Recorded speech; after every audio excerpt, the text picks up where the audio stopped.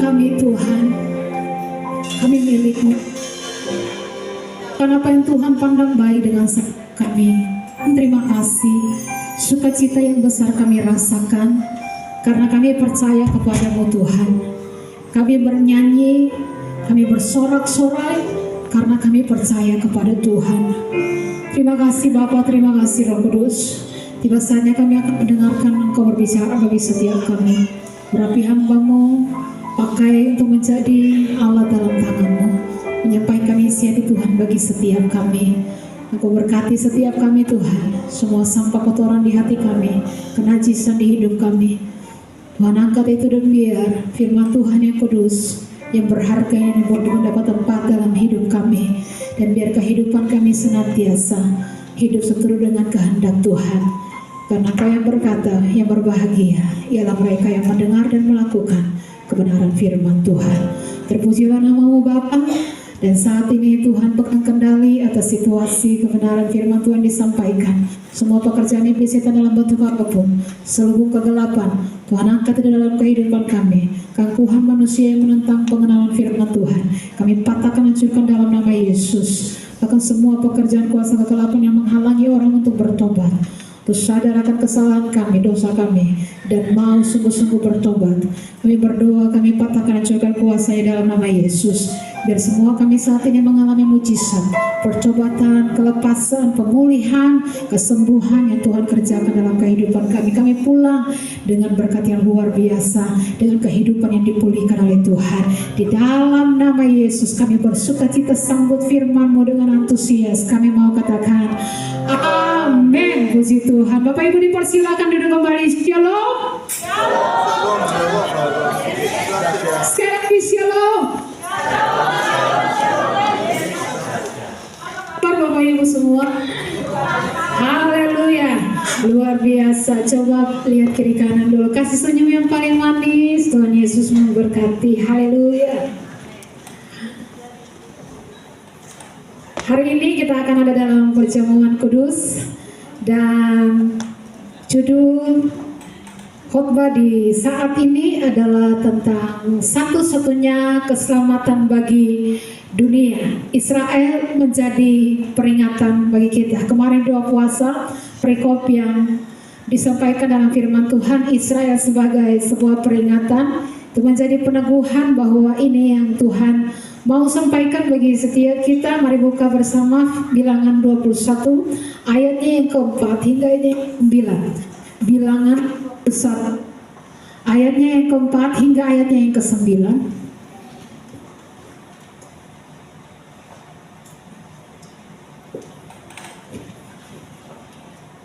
Bapak Ibu dipersilakan bangkit berdiri menghormati firman Tuhan. Kita baca secara bersama-sama firman Tuhan ini. Bergantian, wanita akan baca ayatnya yang keempat, yang pria akan baca ayatnya yang kelima hingga ayatnya yang ke-9. Kita baca secara bersama-sama. Mari yang wanita 1, 2, dan 3. Setelah mereka berangkat dari Gunung Hor berjalan ke arah laut tepi Raur untuk mengelilingi tanah Edom, maka bangsa itu tidak dapat lagi menahan hati di tengah jalan. Lalu mereka berkata-kata melawan Allah dan Musa, mengapa kamu membuat supaya kami makan padang gurun ini, sebab ini tidak ada roti dan tidak ada air, dan akan makanan hambar ini kami telah muak. Lalu Tuhan menyuruh ular-ular tedung ke antara bangsa itu yang memagut mereka, sehingga banyak dari orang Israel yang mati. Kemudian datanglah bangsa-bangsa itu mendapatkan Musa dan berkata, kami telah berdosa sebab kami berkata-kata melawan Tuhan, dan engkau berdoalah kepada Tuhan supaya dijauhkannya ular-ular ini daripada kami. Lalu Musa berdoa untuk bangsa itu. Buatlah ular tedung dan taruhlah itu pada sebuah tiang, maka setiap orang yang terpagut jika ia melihatnya akan tetap hidup. Sama-sama. Buat ular tembaga dan menaruhnya pada sebuah tiang, maka jika seorang dipagut ular dan ia memandang kepada ular tembaga itu, tetaplah ia hidup. Bapak Ibu dipersilakan duduk kembali. Amin untuk firman Tuhan. Ini merupakan salah satu kisah bangsa Israel keluar dari Mesir. Kita tahu selama 430 tahun Israel dibawa perbudakan Mesir, dan karena itu mereka berseru kepada Allah, mereka berteriak kepada Allah, mereka menjerit kepada Allah atas penindasan mereka. Apalagi Firaun yang berkuasa pada zaman itu adalah Firaun yang tidak mengenal Yusuf, nenek moyang mereka yang berkuasa di Mesir. Yusuf pada waktu memerintah di Mesir sebagai Perdana Menteri hubungannya bagus dengan Firaun. Tapi Firaun pada zaman Yusuf itu sudah mati. Ini Firaun yang lain yang tidak kenal Yusuf, dan karenanya dia merasa terancam dengan keberadaan Israel yang makin hari makin bertambah banyak. Dan karena itu dia melakukan berbagai upaya untuk menindas Israel. Maka Israel berseru kepada Tuhan, lalu Tuhan mendengar suara teriakan mereka minta tolong. Tuhan mendengar cerita mereka. Maka Tuhan mengirimkan hambanya Musa untuk akhirnya mengeluarkan mereka dari perbudakan dan penindasan setelah 430 tahun mereka di Mesir. Tadi pagi saya katakan, menurut sejarah Indonesia, Jepang cuma menjajah Indonesia singkat ya, cuma 3 tahun lebih. Tetapi Belanda menjajah Indonesia itu 350 tahun. Ya, 350 tahun. Tapi rupanya Israel di Mesir, diperbudak di Mesir lebih lama. Dijajah selama 430 tahun. Lalu setelah itu mereka dikeluarkan Tuhan dari Mesir melalui berbagai mujizat yang sudah mereka lihat. Mujizat yang mereka lihat sebelum mereka keluar dari Mesir, itu tulah-tulah yang hebat di Mesir menimpa orang-orang Mesir, tapi tidak menimpa orang Israel. Mujizat yang tidak kalah hebat adalah ketika Musa memukul tongkatnya di laut Teberau, dan laut itu terbelah menjadi 2. Mujizat seperti itu langka sekali. Kalau mujizat orang lumpuh berjalan, buta melihat, tuli mendengar, mungkin itu biasa. Tapi ini lautan yang besar terbelah menjadi 2. Ini bukan mujizat main-main. Lalu mereka memulai perjalanan mereka menuju ke tanah perjanjian. Alkitab berkata, perjalanan mereka menuju tanah perjanjian menghabiskan waktu 40 tahun. Dan mereka dipimpin oleh Musa, hamba Tuhan yang dipilih oleh Tuhan untuk memimpin mereka. Dan Musa juga menghadapi begitu banyak kesulitan dan persoalan. Ya, sebab kenapa saya bilang demikian? Musa menghadapi kesulitan dan persoalan karena yang dipimpin keluar orang Israel seluruhnya berjumlah 2 juta orang.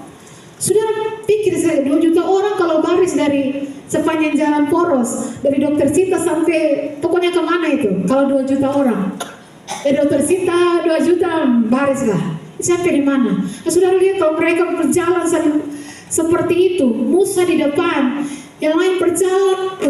Bagaimana Musa bisa komando saat itu? Tidak ada speaker, tidak ada mic, tidak ada pengeras suara. Kalau Musa mau suruh ketemu berkemah dulu, bagaimana dia bisa kasih tahu kepada yang di belakang 2 juta? Tidak ada WA group pada saat itu, tidak ada WA, tidak ada speaker juga, tidak ada. Musa sangat kesulitan pada saat itu untuk memimpin 2 juta orang Israel keluar dari Mesir menuju Kanaan. Ya, maka kita bisa bayangkan betapa kesusahan sulitnya perjalanan itu. Ya, baru ditambah lagi bangsa yang dipimpin Musa, Israel itu bangsa yang kepala batu, tegar tengkuk kata firman Tuhan. Dan mereka membuat banyak kesulitan, banyak kesusahan-kesusahan di jalan. Dan gara-gara itu Tuhan membuat mereka mati semua. Ya, dari jutaan orang yang keluar dari Mesir hanya Yosua dan Kaleb yang masuk di tanah Kanaan beserta semua generasi yang lahir di padang gurun. Semua yang keluar dari Mesir semuanya mati di padang gurun. Ya, semua generasi yang lahir di padang gurun beserta Yosua dan Kaleb itulah yang masuk ke tanah Kanaan. Nah, kita akan melihat salah satu sikap yang mereka yang tidak bagus adalah mereka sangat berdosa. Karena itu hari ini kita akan melihat membahas teks ini, ya, atas permintaan dari semua jemaat bahkan pelayan, supaya kalau boleh firman Tuhan pagi dan siang jangan beda, Ibu Pendeta, supaya kalau di Komsel waktu dibahas itu yang hadir pagi atau yang hadir siang sama-sama. Ya, nah kita akan melihat dosa Israel. Yang pertama, kita melihat di ayat yang kelima. Dikatakan begini, lalu mereka berkata-kata melawan Allah dan Musa, mengapa kamu memimpin kami keluar dari Mesir? Sudah lihat, mereka berkata-kata melawan Allah. Kenapa mereka bisa melawan Allah? Rupa-rupanya mereka ini jengkel kepada Allah karena Allah membawa mereka keluar dari Mesir. Pertanyaannya, bukankah itu bagus? Kalian menjerit, kalian menangis kepada Tuhan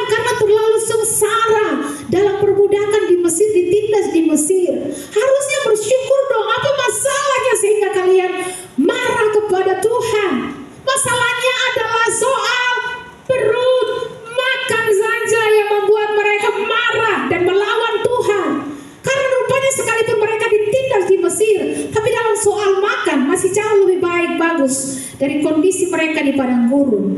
Kondisi makan minum mereka di padang gurun, mereka seringkali kekurangan makan minum, dan ini membuat mereka ingat akan makanan-makanan di Mesir. Kita bandingkan Bilangan 11 ayat yang keempat hingga yang keenam. Bilangan 11 ayat 4 hingga yang keenam. Orang-orang bajingan yang ada di antara mereka kemasukan nafsu apa? Rakus. Dan orang Israel pun menangislah pula serta berkata, siapakah yang akan memberi kita makan daging? Sudah lihat, rakus sampai gara-gara makan daging menangis. Ada di sini yang gara-gara makan daging menangis? Masa daging kah? Atau 1 bulan saya pernah makan ikan terus, tempe terus.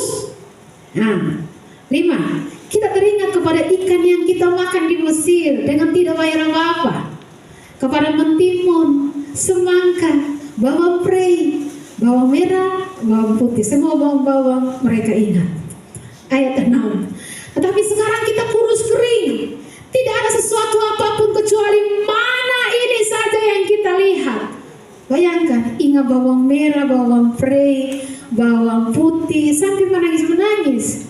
Cuma gara-gara rupanya mereka tidak bisa mendapatkan makanan enak seperti di Mesir. Kenapa kita kehilangan makanan-makanan enak di Mesir? Gara-gara Allah mengeluarkan kita dari tanah Mesir. Karena itu mereka marah kepada Allah, mereka protes. Mereka sudah berusaha tahan diri. Dan kalau kita baca ayat 4, mereka berusaha tahan diri, tapi karena mereka sudah tidak bisa tahan, meledak juga marahnya mereka. Dan inilah dosa mereka. Dosa apa? Marah kepada Allah. Alkitab bilang, sebenarnya siapakah manusia yang layak marah kepada Allah? Siapakah kita yang boleh marah kepada Tuhan? Manusia tidak layak marah kepada Allah. Dan ingat, ada seorang nabi yang pernah marah kepada Allah. Yunus 4. Yunus marah kepada Tuhan. Lalu di ayat 4 Tuhan Allah berfirman, layakkah engkau marah? Tuhan Allah mau kasih tahu manusia tidak layak marah kepada Allah. Tapi Yunus juga salah satu nabi yang kepala batu. Maka dalam ayat 9 berfirman Allah kepada Yunus, layakkah engkau marah karena pohon jarak itu? Yunus jawab, selayaknya aku marah sampai mati. Kalau ada nabi yang pernah marah, aku melawan dengan Tuhan, itu Yunus. Nah saudara, dosa yang sama, marah kepada Tuhan Allah, jengkel kepada Tuhan, itu juga yang dilakukan bangsa Israel. Dosa yang sama pun kita sering lakukan. Ya, seringkali karena doa tidak dijawab sesuai keinginan kita, karena harapan tidak terpenuhi, karena musibah-musibah yang kita alami, karena kesulitan-kesulitan yang kita alami, cita-cita yang tidak tercapai, padahal kita sudah berdoa, seringkali membuat kita marah sama Tuhan. Ada yang pernah di sini marah sama Tuhan? Ya.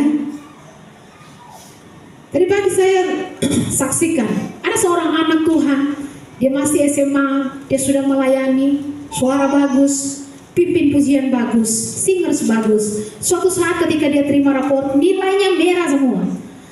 Lalu dia berdoa dengan suara yang besar di kamarnya, terdengar oleh teman-teman asrama yang lain karena tinggal di asrama. Dia berdoa, Tuhan, sekian lama saya melayani Engkau, waktu saya berikan, tenaga saya kasih kepadamu, semua kemampuan saya berikan untuk melayani Engkau. Tapi hari ini saya terima rapor dan nilai saya merah semua. Tuhan, beginikah balasanmu? Lalu dia bilang, Tuhan, cukup sampai di sini saya melayani Tuhan. Mulai hari ini saya tidak akan melayani Tuhan lagi. Saya tidak akan mau ketemu Tuhan lagi. Goodbye Tuhan. Dan sampai hari ini memang dia tidak pernah kembali lagi. Ada banyak kita juga melakukan dosa seperti itu. Bahwa kita kecewa, marah karena apa yang Tuhan berikan kepada kita tidak sesuai dengan apa yang menjadi harapan kita. Berarti saudara, dosa Israel yang pertama adalah mereka melawan Tuhan. Yang kedua, dosa mereka yang kedua, tetap di ayat yang kelima. Lalu mereka berkata-kata melawan Allah dan Musa. Mereka bilang kepada Musa, mengapa kamu memimpin kami keluar dari Mesir supaya kami mati di padang gurun ini? Sebab di sini tidak ada roti dan tidak ada air. Akan makanan hambar ini kami telah muak.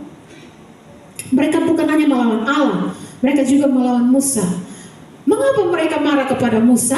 Karena sekalipun Allah yang mau mereka keluar dari Israel, tapi bukankah Musa yang secara langsung ketemu dan mengajak mereka untuk keluar dari Mesir? Mereka marah.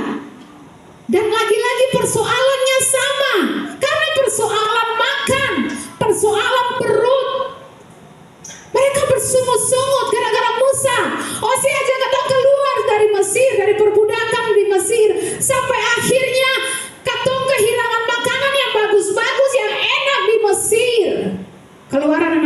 ayatnya yang kedua dan ayatnya yang ketiga. Keluaran 16 ayatnya yang kedua dan ayatnya yang ketiga. Di padang gurun itu bersungut-sungutlah segenap jemaah Israel kepada Musa dan Harun dan berkata kepada mereka, kalau kami mati tadinya di tanah Mesir oleh tangan Tuhan, ketika kami duduk menghadapi kuali berisi daging, saya tahu RW atau daging babi kecap. Ketika kami duduk menghadapi kuali berisi daging dan makan roti sampai kenyang, sebab kamu membawa kami keluar ke padang gurun ini untuk membunuh seluruh jemaat ini dengan kelaparan. Lagi-lagi mereka mempersalahkan Musa, mereka melawan Musa. Persoalannya dalam perut, persoalannya dalam makanan.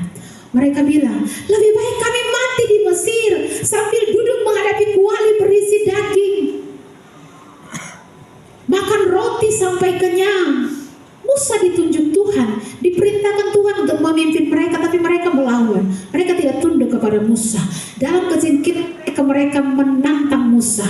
Jikalau Tuhan yang memerintahkan Musa untuk memimpin mereka, dan kalau mereka melawan Musa, sama dengan mereka melawan Tuhan Allah. Musa diberikan kuasa, diberikan otoritas, kewenangan untuk memimpin mereka. Pemberontakan kepada Musa sebenarnya adalah pemberontakan melawan otoritas yang ada di atas mereka. Karena itu, semua orang yang pada dasarnya melakukan pemberontakan terhadap otoritas di atas, atau di hatinya ada pemberontakan terhadap otoritas yang Tuhan percayakan, mereka sebenarnya sedang melakukan dosa yang sama dengan Israel. Ya, makanya Miriam dan Harun ketika Musa melakukan hal yang salah dengan mengambil wanita Kanaan Kus menjadi istrinya, Miriam dan Harun berontak. Miriam dan Harun bilang, memangnya cuma Tuhan bicara lewat Musa saja? Tuhan juga bisa bicara lewat kami. Tuhan bisa bicara kepada kami. Tapi ketika hal itu kedengaran oleh telinga Tuhan, Tuhan murka kepada Miriam dan Harun, dan mereka dihukum oleh Tuhan dengan kusta putih. Mereka minta ampun kepada Musa, minta Musa berdoa kepada Tuhan, dan akhirnya Tuhan bilang 7 hari biarkan mereka di dalam keadaan kusta itu. Setelah itu baru dipulihkan, disembuhkan. Ya. Nah, kemudian kita lihat, ya, otoritas yang Tuhan percayakan kepada kita, ya, jangan kita lawan. Di setiap lini kehidupan kita, di rumah ada otoritas orang tua, ya, di kantor ada yang Tuhan tempatkan untuk menjadi otoritas di atas kita, ya, di gereja ada yang Tuhan tempatkan menjadi otoritas di atas kita, pemimpin kita, pengajar-pengajar kita, Tuhan tempatkan supaya bagaimana kita taat dan tunduk. Miriam dan Harun mencoba untuk berontak terhadap Musa karena Musa memang melakukan kesalahan, ya. Tapi kemudian mereka mencoba, barang Tuhan coba bicara proses, Tuhan juga bicara berketum, ya kan? Dan itu membuat Tuhan murka kepada Miriam dan Harun. Ya, tadi pagi saya cerita seorang pelayan Tuhan ketika dia bermimpi dan dia kasih tahu, ya, sebulan yang lalu Ibu Pendeta saya mimpi. Saya tidak pernah mimpi Ibu Pendeta, tapi saya tahu kenapa tiba-tiba saya mimpi Ibu Pendeta. Apa mimpinya? Tanya, dia lihat saya dalam satu ruangan, itu jam ibadah. Saya pimpin, tapi semua pelayan Tuhan duduk di luar, termasuk suami saya main gitar, tapi semua di luar. Cuma saya sendiri di dalam. Ya. Dan waktu mau firman Tuhan saya serahkan kepada Bapak Kepala, tapi saya pimpinnya mau cepat-cepat selesai. Ya, rambut saya dikepang sebelah kiri kanan seperti orang baru bangun tidur, jadi agak acak, ya, agak acak tapi tidak berhamburan, ya. Dan kemudian saya waktu serahkan kepada Bapak Gembala, saya bilang, Bapak Gembala, pengurapan dulu, ya. Dan saya undang pelayan masuk untuk diurapi, tetapi yang maju cuma 2 anak kecil, Yosua dan Kansa. Dan setelah itu saya ambil matras dan saya ada di situ, saya tidak duduk, tapi saya berolahraga, ya, saya berolahraga. Lalu kemudian saya itu artinya apa ya? Kemudian saya pulang dan saya bilang, Tuhan, maksudnya apa? Kok saya sendiri dalam, ya. Lalu kemudian ada Kansa dan Yosua masuk, Bapak Gembala, ya, ini maksudnya apa? Dan Tuhan suruh berdoa untuk para pelayan Tuhan. Ya, berdoa untuk para pelayan Tuhan, itu posisinya. Karena setelah itu besoknya atau hari Sabtu kalau tidak salah, Ibu Pendeta Neti sampaikan tentang jawaban doanya. Dia berdoa, Tuhan tunjukkan di mana posisi saya. Dan Tuhan tunjukkan dalam mimpinya. Tuhan bawa dia masuk sampai ke kamar mandi. Ada karpet di kamar mandi. Tuhan suruh dia angkat karpet itu. Lalu Tuhan bilang, itu kamu ada di situ, di bawah karpet itu. Dan Ibu Pendeta katakan bahwa saya pikir saya sudah dahsyat, saya pikir saya sudah posisi sudah bagus karena saya sudah menyeberang lautan, ya, setiap minggu menyeberang lautan untuk melayani. Tapi ternyata saya punya posisi masih di situ. Dan kemudian saya dapat, ya, oh ini arti mimpinya, posisi. Jadi berdoa untuk semua para pelayan Tuhan. Yang kecil ini yang mau jadi seperti anak kecil, ya, ketemu. Tunduk sajalah, taat saja, ya. Posisi, kamu sudah di dalam. Banyak yang masih di luar, ya. Banyak yang masih di luar. Berdoa untuk para pelayan Tuhan. Rambut acak-acakan, ada hal-hal yang harus terus saya perhatikan untuk diperbaiki dari kehidupan saya. Dan cepat-cepat selesai, kemudian Tuhan ingatkan saya, pimpin cepat-cepat selesai. Ya, beberapa kali saya berdoa kepada Tuhan seperti Elisa berdoa untuk minta mati dari Tuhan. Saya berdoa, Tuhan, saya capek. Tuhan, ambil saya sudah. Saya mau mati, Tuhan. Mau cepat-cepat selesai, ya. Lalu kemudian tentang sudah serahkan Bapak Gembala tidak duduk, tapi masih berolahraga. Tuhan ingatkan terus melatih diri supaya setelah memberitakan firman Tuhan, jangan kamu sendiri ditolak. Jadi saya terus latih diri saya terus, ya. Dan seperti itu. Dan kemudian hari Kamis Komsel Gabungan, ya, kemarin Komsel Gabungan baru-baru itu. Dan malamnya hari Rabu saya tidur, saya mimpi bahwa saya diundang ke satu keluarga ada dalam ibadah, dan saya diminta memberitakan firman Tuhan di situ. Saya pergi, saya buka sepatu saya di luar, di muka pintu. Saya pakai sepatu teplek, depan ketutup, belakangnya tali. Jadi waktu saya buka, saya sampaikan firman Tuhan, selesai ibadah, saya waktu mau pulang, sepatu saya orang potong tengah sini, potong, jadi cuma depan saja, belakangnya sudah tidak ada, ya, sudah terpotong, tinggal depan saja. Jadi sepatu saya cuma setengah. Bagi saya tanya, siapa yang potong sepatu saya? Tidak ada. Tapi saya tidak berhenti, saya jalan dengan sepatu yang terpotong itu pergi ke rumah yang lain. Karena ada undangan dari rumah yang lain, saya pergi beritakan firman Tuhan. Dari situ saya pergi lagi berjalan dengan sepatu seperti itu, setengah belakang kosong, ya, setengah belakang saja yang ada. Dan ada sepasang suami istri yang kemudian karena mereka punya usaha perbaiki sepatu, lalu mereka, Ibu Pendeta, mari ke rumah kami, nanti kami kita punya sepatu, tapi yang diperbaiki cuma depan. Saya bilang saya butuh belakangnya, soalnya karena saya harus jalan, ya. Lalu berusaha untuk memperbaiki itu, ya. Dan saya ketika saya terjaga dari tidur saya pagi, saya berdoa, Tuhan kasih tahu, ya, bahwa memang ada iblis pakai orang-orang untuk coba menghentikan saya, karena kasut itu berbicara tentang kerelaan untuk memberitakan firman Tuhan. Efesus katakan demikian, ya. Jadi iblis coba pakai semua keadaan orang-orang untuk stop, sampaikan firman Tuhan yang seperti itu, yang murni, yang tegur dan sebagainya. Iblis coba kasih stop, ya, potong itu kasut saya. Tapi saya terus berjalan dengan kasut yang setengah, yang belakang kalau saya terus berjalan pergi. Dan kemudian ada sepasang suami istri yang terbeban dengan itu, dan mereka membetulkan kasut saya itu sepatu saya, ya. Ada orang-orang yang coba yang kemudian mungkin sepatu saya dipotong, kasut kerelaan untuk memberitakan firman Tuhan itu dipotong, ya. Nah makanya saya ketika mimpi itu datang dan Tuhan kasih tahu artinya, ya. Makanya saudara lihat kalau saya terus memaksa. Kemarin saya kasih ingatkan lagi, tegur lagi setiap para pelayan Tuhan, ya. untuk ayo kita lakukan apa yang menjadi kehendak Tuhan. Kelihatannya seperti saya paksa. Ya, ayo baca firman Tuhan, ayo ibadah, ayo berdoa. Atau saya mau paksa? Kan ibadah itu kan harus disertai dengan hati yang rela. Ya, kalau kata saya mau, ya saya paksa. Sama seperti anak saya iya saya mau baca, mami paksa. Saya paksa. Bahkan saya kasih aturan tidak makan, tidak akan makan kalau tidak baca Alkitab.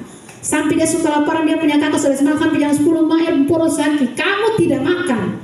Dia sudah gemetar, kamu tidak makan. Dan akhirnya dia angkat Alkitab. Angkat tanya hari berdoa sudah toh, masa berdoa baca Alkitab? Baca. Dia baca 4 pasal itu sampai selesai, lalu dia makan. Ya, sebab untuk urusan hidup yang sementara di dunia ini saja, kita paksa anak-anak kita. Dong saya mau habis sekolah, pukul, mau sih pergi. Ya, saya mau belajar, pukul, belajar, paksa. Untuk hidup yang sementara. Bahkan untuk kita pun, kita paksa diri kita.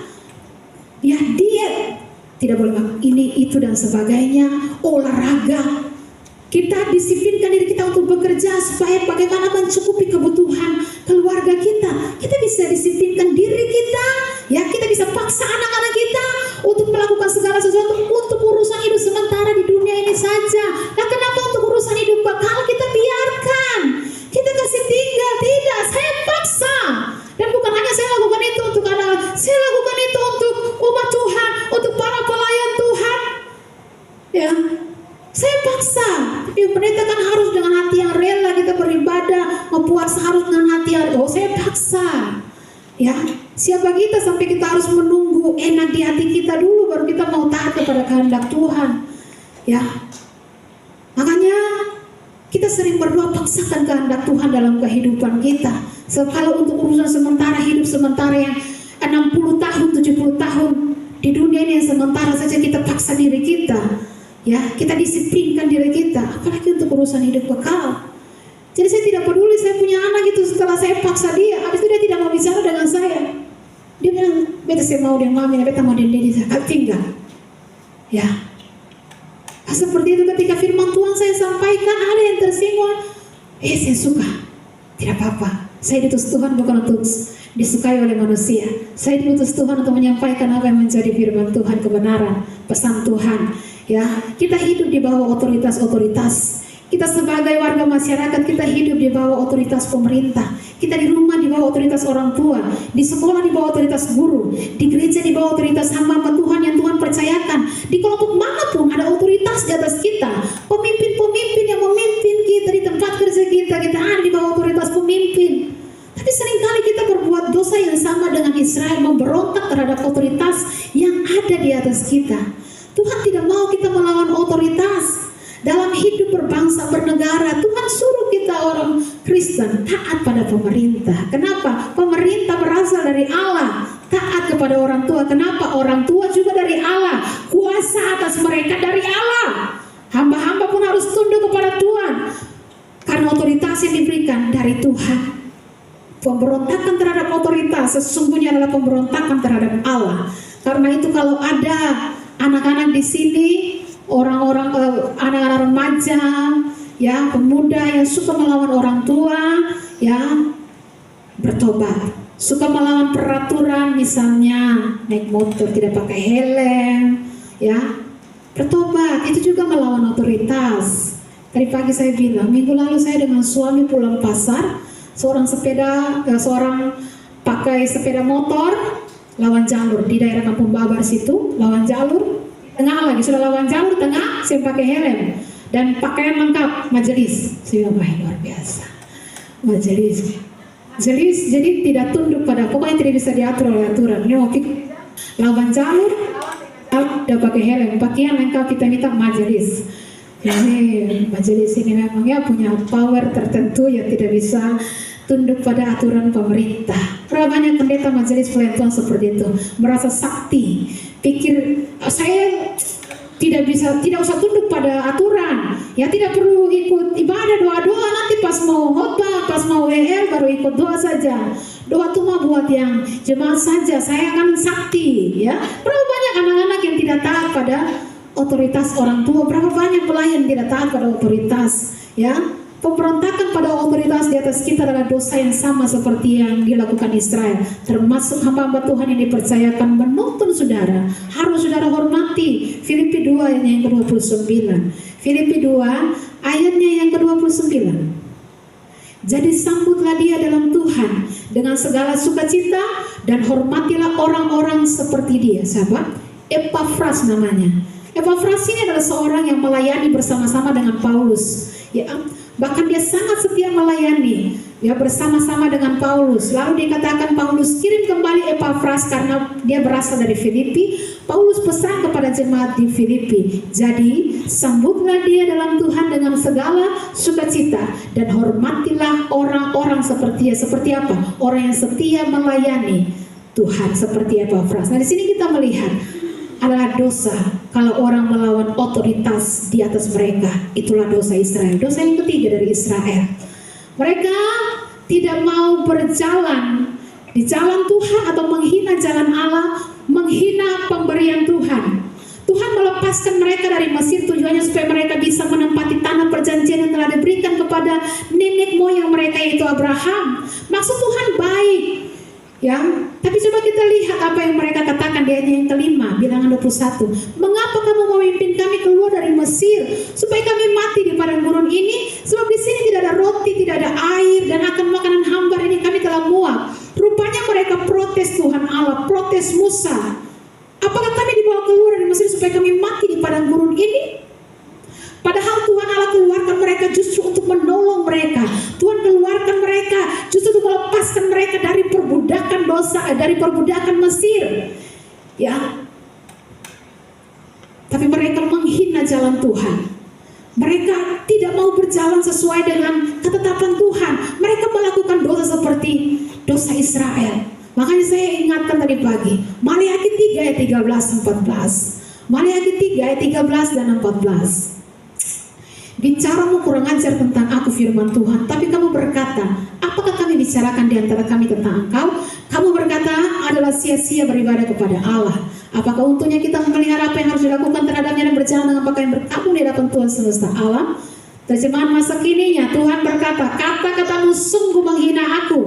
Tetapi kamu bertanya, apa yang kami katakan tentang engkau? Kamu berkata, percuma saja berbakti kepada Allah. Apa gunanya melakukan kewajiban kita terhadap Tuhan yang Maha Kuasa dan menunjukkan kepadanya bahwa kita menyesali kesalahan kita? Sia-sia tuh. Ya, kita mungkin tidak secara langsung berkata demikian, tapi perbuatan kita yang melalaikan jam-jam beribadah bersekutu dengan Tuhan, kita sedang menghina Tuhan. Ya, bicaramu kurang ajar tentang aku, kata Tuhan. Terjemahan masa kininya, kamu menghina aku, kamu berkata-kata menghina aku. Ya, tapi Tuhan, kami bilang apa? Kami bikin apa sampai kami menghina Tuhan? Kamu berkata adalah sia-sia beribadah kepada Tuhan. Dengan tindakan kita yang suka melalaikan waktu-waktu bersekutu, waktu-waktu beribadah kepada Tuhan, ya, sebenarnya kita sedang bertindak kurang ajar terhadap Tuhan. Ya, tidak menghargai pemberian Tuhan. Tuhan tuh kasih darahnya supaya kita, Ibrani katakan, supaya kita bisa dengan bebas berjumpa dengan Tuhan, masuk dengan berani ke dalam bait Allah, berjumpa dengan Tuhan. Tapi orang tidak hargai pemberian Tuhan. Ya, minggu kemarin saya jelaskan ciri orang mati rohani. Salah satunya ibadah dianggap beban, bukan kebutuhan. Ya, orang kalau rohaninya hidup, ya, orang kalau hubungannya baik dengan Tuhan, ibadah itu jadi kebutuhan, bukan jadi beban. Ya, jangan sampai orang lagi ibadah, kita lagi tidur. Orang lagi ibadah, kita lagi di rumah santai, ya, sambil scroll HP. Ada undangan beribadah dari Tuhan, kita pengurusan sendiri juga ada. Seperti Wasti, raja undang, suruh sang ratu datang. Tapi ternyata Wasti juga sedang mengadakan pesta. Murkalah raja, Wasti dibuang. Dia sudah punya kedudukan, dia sudah punya jabatan sebagai seorang ratu, tapi kemudian ditendang dari posisinya. Minggu kemarin kita dengar tentang keselamatan yang kita terima itu cuma-cuma, bukan karena hasil usaha kita, tapi karena pemberian Allah. Tapi keselamatan itu harus kita kerjakan sampai selesai, sampai Tuhan panggil kita pulang. Ya, waktu Tuhan undang, Wasti punya urusan sendiri, Wasti punya acara sendiri, dan akhirnya dia dibuang. Ya, kita telah terima keselamatan, tapi kadang-kadang kita tidak menghargai undangan Tuhan, keselamatan yang Tuhan berikan. Makanya saya pernah katakan, Lucifer itu jadi teladan pahit buat kita. So, jangankan kita yang masih di luar beriman pasti masuk surga, yang sudah dalam surga saja Tuhan tendang keluar dari surga. Kenapa? Karena kehendaknya Lucifer, dia mulai sama dengan kehendak Tuhan. Bahkan bukan sama, lebih penting dari kehendak Tuhan. Ya, makanya dia ditendang keluar. Yang di dalam surga saja Tuhan bisa tendang keluar, apalagi kita yang masih di luar. Hanya dengan modal beriman dan kita pikir tidak perlu taat kepada Tuhan, yang penting percaya saja dia Tuhan, pasti mau surga. Yang di dalam saja Tuhan tendang keluar, apalagi yang masih di luar. Cuma dengan modal percaya saja yang dan tidak mau tunduk kepada apa yang menjadi kehendak Tuhan, kita berpikir bahwa kita sudah pasti masuk surga. Ya, Lucifer itu ingat, ya, dia punya kehendak, dia mau samakan dengan kehendaknya Tuhan, bahkan lebih penting kehendaknya daripada kehendak Tuhan. Tuhan buang dia keluar. Jadi jangan pernah anggap sepele perintah dan larangan Tuhan. Dan hal ini bukan hal baru, sudah di zaman Adam dan Hawa. Ya, mereka jatuh bukan karena membunuh, mencuri, cuma karena makan buah yang Tuhan larang. Poinnya bukan pada buah, tapi pada larangan dan perintah Tuhan. Mau itu kelihatan remeh perintahnya, tapi kita harus taat. Ya, larangan Tuhan, jangan menjauhkan diri dari pertemuan ibadah. Makanya Tuhan bilang, menjelang hari Tuhan tiba, kamu harus bertobat, hai segala bangsa yang masa bodoh yang acuh tak acuh. Sefanya 2 ayat yang pertama hingga ayat yang kedua. Mari tolong bacakan Sefanya 2 ayat yang pertama hingga ayat yang kedua. Demikian firman Tuhan. Bersemangatlah dan berkumpullah, hai bangsa yang acuh tak acuh, sebelum kamu dihalau seperti sekam yang tertiup, sebelum datang ke atasmu murka Tuhan yang bernyala-nyala itu, sebelum datang ke atasmu hari kemurkaan Tuhan. Ya, kita melihat Alkitab berkata, bersemangatlah dan berkumpullah hai bangsa yang acuh tak acuh, sebelum datang ke atasmu murka Tuhan yang menyala-nyala itu. Makanya saya pernah WA di grup pelayan, ingatkan semua pelayan, ya, untuk ayo, Tuhan bilang menjelang kedatangan Tuhan yang tidak lama lagi, kamu harus semakin giat melakukannya. Apa? Jangan menjauhkan diri dari pertemuan-pertemuan ibadah, harus semakin giat, semakin rajin. Ya, saya ingatkan semua ide, baik dari diri sendiri, bahkan dari orang lain yang kasih kita ide, si Pi, baru siapa apa, untuk semua ide untuk melalaikan jam-jam beribadah, itu bukan berasal dari Tuhan, itu dari setan. Ya, dosa seperti Adam dan Hawa, tidak mencuri, tidak membunuh, ambil buah yang di taman itu. Taman itu kan sudah dikasih kepada kalian, itu kan tidak berdosa. Makan saja, karena makan buah itu kamu akan menjadi seperti Tuhan. Makan mereka, padahal sudah dilarang. Kelihatannya kecil, sepele. Dosa kecil yang bahaya yang sering membinasakan manusia adalah menganggap diri tidak berdosa. 1 Yohanes 1 ayat yang ke-8. Jika kita berkata bahwa kita tidak berdosa, maka kita menipu diri kita sendiri dan kebenaran tidak ada di dalam kita. Ini yang sering membinasakan banyak orang percaya, merasa sudah baik, tidak berdosa, tidak butuh teguran. Ya, itu subaikmu, bertobat berapalah, itu subaikmu. Kenapa? Ya, saya tidak butuh teguran, saya tidak pernah bikin sakit hati orang, saya tidak pernah bikin yang jahat. Ya, dosa mereka adalah merasa diri tidak berdosa.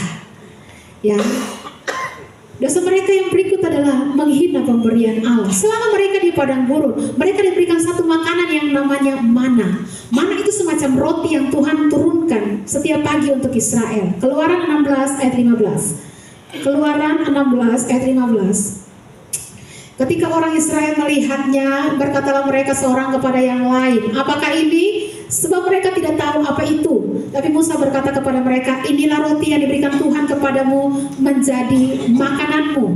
Jadi mereka ini makan roti yang turun langsung dari dari surga, namanya mana.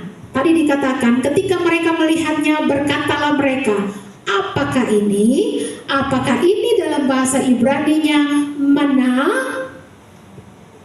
Ya, jadi roti itu dikasih nama mana karena mereka bertanya, apakah ini mana? Ya, karena benda asing turun dari langit, mereka tidak tahu apa namanya. Apakah ini? Ya. Bilangan 11 ayat 7. Adapun mana itu seperti ketumbar dan kelihatannya seperti damar bedola. Ini makanan made in surga, buatan surga langsung. Enak atau tidak? Enak. Enak. Tapi masalahnya seenak-enaknya makanan itu, orang Israel makan itu mana selama 40 tahun. Sekarang saudara pikir seenak-enaknya pizza, mau pepperoni kamu pizza beef dan sebagainya, seenak-enaknya itu pizza. Ya, saudara makan itu pizza saja selama 40 tahun. Enak gak sih? Saudara bisa mabuk deh pizza itu ya. Ya, pasti tidak enak karena tiap hari ketemu itu saja. Makanya lihat komentar mereka di bilangan 11 ayat yang ke-6. Bilangan 11 ayat 6. Tapi sekarang kita kurus kering, tidak ada sesuatu apapun kecuali mana ini saja yang kita lihat. Mereka marah, saudara, bayangkan. Ya, kita yang suka makan pizza, bayangkan seenak-enaknya pizza, lu makan itu pizza pagi, siang, sore, malam selama 40 tahun. Saya mabuk. Jadi kalau mereka marah itu wajar, tapi salahnya mereka adalah saat mereka bosan, mereka tidak bisa tahan diri lagi, mereka lalu menghina makanan buatan surga ini. Lihat kata-kata mereka ayat yang ke-5 tadi. Mereka berkata-kata melawan Allah Musa, mengapa kamu memimpin kami keluar dari Mesir supaya kami mati di padang gurun ini? Sebab di sini tidak ada roti dan tidak ada air, dan akan makanan hambar ini kami telah muak. Bayangkan, ya, terjemahan lamanya dikatakan, karena di sini roti pun tiada, air pun tiada, dan hati kami jemu akan roti yang terlalu hina ini. Menghina pemberian Tuhan. Tuhan yang turunkan mana itu kasih mereka makan. Maka penghinaan terhadap pemberian Tuhan sama dengan penghinaan kepada sang pemberi. Lalu bagaimana Tuhan? Jadi dosa Israel, mereka lawan Tuhan, lawan otoritas, lawan Musa, menghina jalan Tuhan, menghina pemberian Tuhan. Dosa mereka besar sekali. Maka bagaimana respon Tuhan? Respon Tuhan terhadap dosa Israel, Tuhan memberikan hukuman kepada mereka ayat 6. Bilangan 21 ayat 6. Lalu Tuhan menyuruh ular-ular tedung ke antara bangsa itu, yang memagut mereka sehingga banyak dari orang Israel yang mati. Tuhan menghukum mereka dengan ular tedung. Dalam terjemahan lain disebut ular berapi. Kenapa disebut ular berapi? Karena orang kalau digigit ular ini rasanya panas sekali.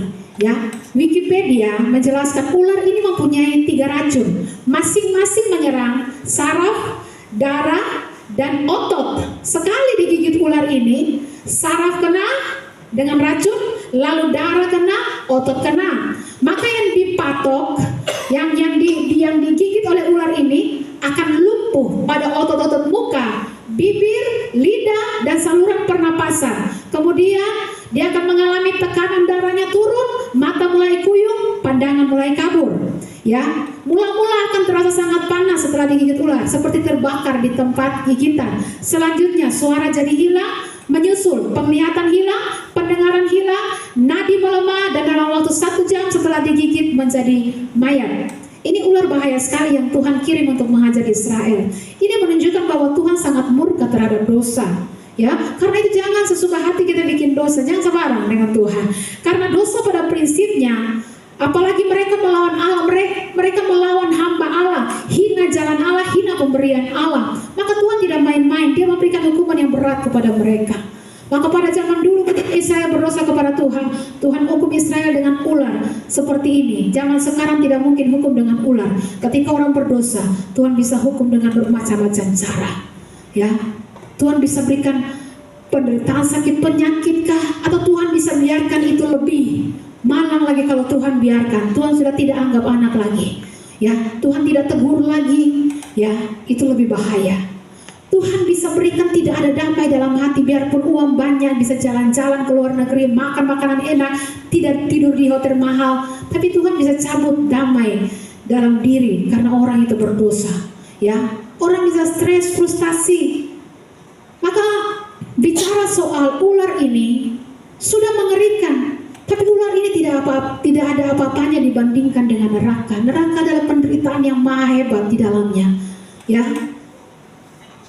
Maka tadi saya katakan, kalau orang meninggal, jangan buru-buru kita bilang rest in peace, karena di neraka tidak ada istirahat. Di neraka itu tersiksa, menderita siang malam. Ya, siang malam masuk neraka ketemu artis. Ya, jumpa artis betul. Siapa idola saudara? Katakanlah Agnes Monica. Panggil dia datang ke sini, ya. Atau saudara ketemu dia, wes indah, saudara bahagia. Tapi masalahnya, saudara jumpa Agnes Monica di atas sapi, di atas kompor. Saudara bisa menikmati perjumpaan itu? Saudara mau menikmati perjumpaan, harus sementara sibuk mati api, harus sementara sibuk, panas. Bagaimana menikmati perjumpaan? Karena itu jangan pernah main-main dengan kehidupan yang Tuhan kasih, dengan waktu yang Tuhan berikan. Ya, lalu kita melihat hal yang berikut. Obat yang diberikan oleh Tuhan. Pada waktu mereka dipatuk oleh ular, banyak yang mati. Mereka lalu sadar bahwa Tuhan sedang menghukum mereka. Lalu mereka datang menghadap Musa dan minta doa dari Musa. Ayatnya yang ke-7 bilangan 21. Kemudian datanglah bangsa itu mendapatkan Musa dan berkata, kami telah berdosa, sebab kami berkata-kata melawan Tuhan dan engkau. Berdoalah kepada Tuhan supaya dijauhkannya ular-ular ini daripada kami. Lalu Musa berdoa untuk bangsa itu. Sudah kena akibat baru sadar. Lalu minta Musa berdoa untuk mereka. Saudara, pada waktu Musa berdoa untuk bangsa itu, lalu Tuhan bilang kepada Musa, di ayat yang ke-8, buatlah patung ular tedung dan pasanglah pada sebuah tiang. Lalu, ya, setiap orang yang memandang patung ular itu akan tetap hidup. Ya, buat sebuah patung, taruh patung ular di sebuah tiang. Orang-orang yang kena gigitan ular itu, waktu pandang patung ular itu, mereka akan tetap hidup. Dan Musa taat, Musa buat itu, dan Musa taruh pada tiang. Dan setiap orang yang dipakut ular memandang kepada patung ular itu, mereka hidup. Penekanan dari cerita ini bukan pada hukuman dari dosa, tapi obat yang Tuhan berikan, yaitu patung ular. Ini sesuatu yang menarik, bahwa patung ular dibuat oleh Tuhan dan harus ditaruh di atas tiang. Kenapa tidak dibiarkan saja di tanah? Kenapa harus di atas tiang? Karena ini merupakan lambang dari sesuatu realita yang akan terjadi ribuan tahun kemudian, yaitu Yesus yang terpaku di atas tiang salib. Ya. Nah, saudara lihat apa pentingnya ini? Ini menjadi lambang di Yohanes 3 ayat 14-15. Dan sama seperti Musa meninggikan ular di padang gurun, demikian juga anak manusia harus ditinggikan, supaya setiap orang yang percaya kepadanya beroleh hidup yang kekal. Apa artinya anak manusia ditinggikan? Seperti ular yang ditaruh di atas tiang, demikian juga anak manusia akan ditinggikan. Artinya anak manusia akan disalibkan. Setiap orang yang percaya kepadanya, yang memandang kepada dia, tidak akan binasa. Israel berdosa, hukumannya ular tedung. Obatnya adalah ular tembaga. Pada zaman kita, akibat dosa, hukumannya neraka. Obat satu-satunya adalah Kristus. Karena itu Kristus adalah obat bagi dunia. Nah, saudara, soal obat patung ular tembaga ini adalah gambaran Kristus ini. Ada beberapa hal yang kita pelajari di sini. Yang pertama, obat ini tidak masuk akal. Obat ini bagaimana, apa hubungannya? Coba dipikirkan secara logika. Atau keracunan racun ular, cuma dengan pandang patung ular sembuh? Logikanya di mana? Ya, pikir secara logika tidak dapat. Pikir secara medis, penjelasan medisnya pun tidak bisa. Harus diobati kan? Bukan cuma pandang patung ular sembuh. Tapi kalau saudara pikirkan secara logika, masih pikir lagi mati, sih masuk akal. Masih pikir lagi cara sembuh, mati. Cuma 1 jam kan? Ya. Penjelasan medisnya bagaimana, penjelasan logikanya bagaimana, apa hubungan racun ular dengan patung? Bagaimana lihat patung saja racun tidak sembuh, tidak masuk akal. Berarti saudara-saudara, obat yang diberikan Tuhan ini tidak masuk akal. Demikian kalau obat itu tidak masuk akal, kita pikir obat ini tidak masuk akal, dan karena itu kita tidak mau lihat, binasa. Kita tidak mau pandang, tidak mau percaya, binasa. Kalau Tuhan bilang siapa yang kena pakut ular lihat patung, saudara mulai analisa, mengapa? Apa hubungannya? Saudara mulai pikir, mati kamu kah? Ya, ini tidak masuk akal. Tapi karena menolaknya, sama dengan mati. Nah saudara pikirkan, seringkali Kristus sebagai juru selamat dunia dianggap sesuatu yang tidak masuk akal oleh dunia. Tapi hanya dengan percaya kepada Kristus, ya, sungguh-sungguh menyerahkan hidup kepada Kristus, kita diselamatkan. Yang kedua, obat ini adalah satu-satunya jalan kesembuhan. Tuhan hanya berikan satu. Siapa yang mau selamat setelah dipagut, hanya satu: pandang kepada patung ular itu. Karena itu saudara, Tuhan memerintahkan Musa untuk membuat ular, tapi hanya satu saja, bukan 10 patung. Cukup satu saja. Ya, berarti Tuhan berikan obat kepada Israel hanya satu, tidak ada obat yang lain. Jika ada orang yang mau cari obat yang lain, masih cari tabib yang lain, mati. Cari penawar racun yang lain, mati. Ini satu-satunya obat yang diberikan Allah. Demikian juga Kristus. Kristus menjadi satu-satunya keselamatan bagi dunia. Hanya percaya kepada Kristus orang bisa selamat. Di luar itu, cari jalan lain, cari cara untuk selamat yang lain, pasti binasa.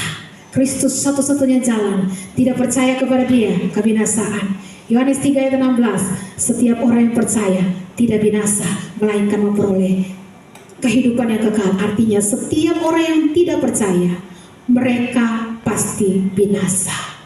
Jadi Yesus Kristus satu-satunya obat bagi dunia. Yang ketiga, obat ini dibutuhkan oleh semua orang. Tidak ada orang yang ketika digigit ular tidak membutuhkan obat ini, tidak ada. Semua yang digigit ular butuh obat ini. Semua manusia telah berdosa, kata firman Tuhan, telah kehilangan kemuliaan Allah. Tidak ada satu orang pun yang tidak membutuhkan Kristus. Ya, semua kita membutuhkan Kristus untuk keselamatan kita. Ya.